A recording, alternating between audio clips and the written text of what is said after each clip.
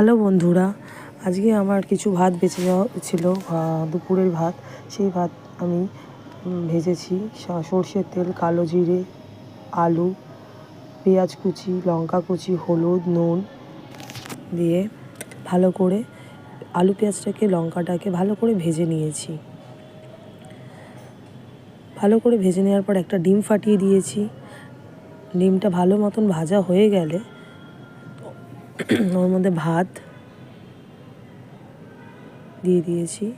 ভাত দেওয়ার পর ভালো করে নাড়াচাড়া করে ওর মধ্যে একটু চিনি, একটু গরম মশলার গুঁড়ো দিয়ে ভালো করে নাড়াচাড়া করে নামিয়ে নিয়েছি। খুব টেস্ট লাগে খেতে এটা। আপনারা একবার করে খাবেন, দেখবেন খুব ভালো লাগবে। আমি সিম্পল পদ্ধতিতে করেছি। একটা পেঁয়াজ কুচি নিয়ে